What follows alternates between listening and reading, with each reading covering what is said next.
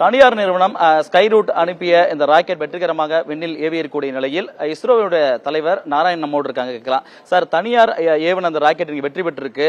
இஸ்ரோ ஒரு புறம் நம்ம ராக்கெட்டை ஏவிட்டு இருக்கோம். இப்போ நம்ம கிட்ட இருக்கக்கூடிய ஏவுதல்ன்றது நம்ம கிட்ட இங்க ஒண்ணுதான் இருக்கு. அடுத்த ஏவுதளமா இருக்கக்கூடியது எப்ப ரெடி ஆக போகுது? குலசேகரப்பட்டினம் அது நம்மள்கிட்ட இங்க ஒண்ணு இல்ல 2 ஏவுதளங்கள் இருக்கு.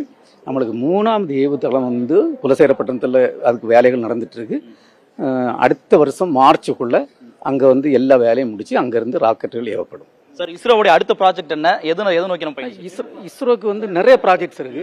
சந்திரயான் 4, சந்திரயான் 5, இந்த ஸ்பேஸ் ஸ்டேஷன், தென் ககன்யான் திட்டங்கள், இப்படி நிறைய ஒர்க் நடந்துட்டு இருக்கு. ககன்யானோட நிலை எந்த நிலையில சார்?